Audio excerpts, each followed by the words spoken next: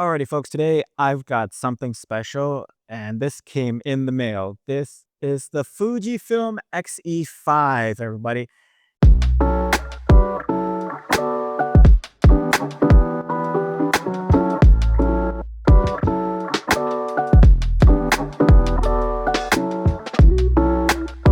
And I know I'm a little late to the party, but this is it. Here is my first impression. I'm not going to talk about the performance of the camera because it has the same guts as the Fujifilm X-T5, the X-T50, the X-H2.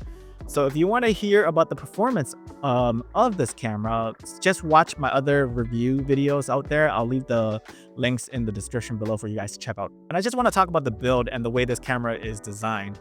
And right off the bat, I noticed an upgrade in quality from the X-E4 to an X-E5.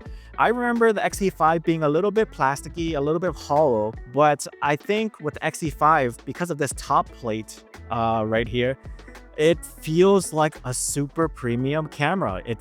There's a substantial weight to it. This camera with the 23mm pancake lens right here feels like a Fujifilm X100VI. And if you want to see that review to my Fujifilm X100VI, I'll leave it right here somewhere so you can click on. And it does feel a little bit more premium than my Fujifilm XS20. I really like the silver version with its top plate, the aesthetics. Again, it just reminds me of a Fujifilm X100VI. And it's like such a really pretty camera, if you ask me. Very small, very compact, depending on what lenses you put on this. We also have the top dials. You got the shutter speed dial, the exposure compensation dial, the film simulation dials. I like this iteration of it. I didn't like the X-T50's iteration of it. So get back to me. I'm 50-50 on it still. The EVF on this camera looks pretty good when I was using it. And at the back of the LCD screen, it's also a tiltable screen. So you can just flip it out and you can shoot it from the hip if you like. Now, I've been using this camera for like a day, okay? And I just took it around the neighborhood. And what I noticed immediately, just from a couple of hours in the cold, again, it's like around 6 degrees Celsius here in Vancouver at the moment. But I did notice that the battery drained really fast. I had a full battery coming into this and I was just literally out for like, a couple of hours. And I probably didn't take more than like 100 shots. And perhaps it was the cold and, the cold depleted the battery a bit. When I got back inside and I checked the battery life, there was only 1 bar left. And I thought to myself, like, my Fujifilm XS20 would never do this. And it's because the Fujifilm X-E5 uses that square battery that, I've been harping about. Like, I really do not like this battery on any of the new cameras that Fujifilm has released lately. They say that it's to, reduce the size and make the camera as small and compact. For the housing of it, I rather much have the better battery. I don't mind a little bit of more materials around because, again, uh, don't get me wrong, this looks sexy. At the same time, there could be a little bit of more grip right here is what I'm saying. If they can put in the new battery, I wouldn't mind the extra real estate and a little bit more thickness to the body, if you catch my drift. I'm gonna have to like test this out a few more times, but to me, with this pancake lens right here, the 23mm f2.8, it really does feel like a Fujifilm X100VI for me, except it is an interchangeable lens camera instead of a fixed lens camera.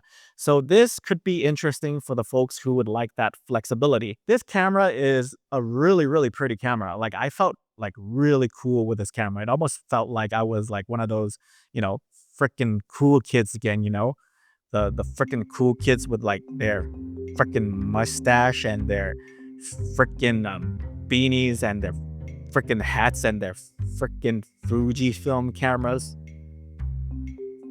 But overall, my first impression on the Fujifilm X-E5 is it's a really good looking camera. I've already know the specs. I know about the 40 megapixel sensor, the 6K video recording. I know that it's going to take great image quality, but that's not what I'm talking about today. I'm just talking about the overall aesthetics and the build quality, because this camera to me feels different than the other cameras that I've reviewed before, like the Fujifilm XS20, the X-T5. It's a gorgeous looking camera. Like, I'm looking at it right now and it's like such a pretty camera. It's like, back then I made a video about why this camera is I was against the pricing of this camera, but now that I see in my hands, right, it's such a gorgeous camera. If you have the money for it, by all means, like, just look at this. Just look at this camera. It's so freaking pretty. It's so freaking small. It's 40 megapixels. So yeah, it's a very, very gorgeous camera.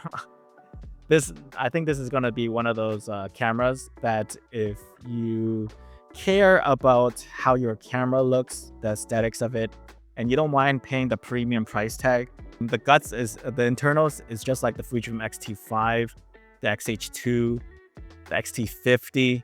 So there's different cameras out there that's gonna offer you the same thing. Now this is the camera that just makes you look cool. It makes it a conversational piece at, you know, dinner parties or whatever. It's a good icebreaker. So yeah, like, again, I can't believe how good it looks. My Fujifilm X-S20 looks like a piece of shit compared to this right now because of the top plate. The top plate is really nice. Like this silver finish right here. Oh my God. It's like such a really nice camera.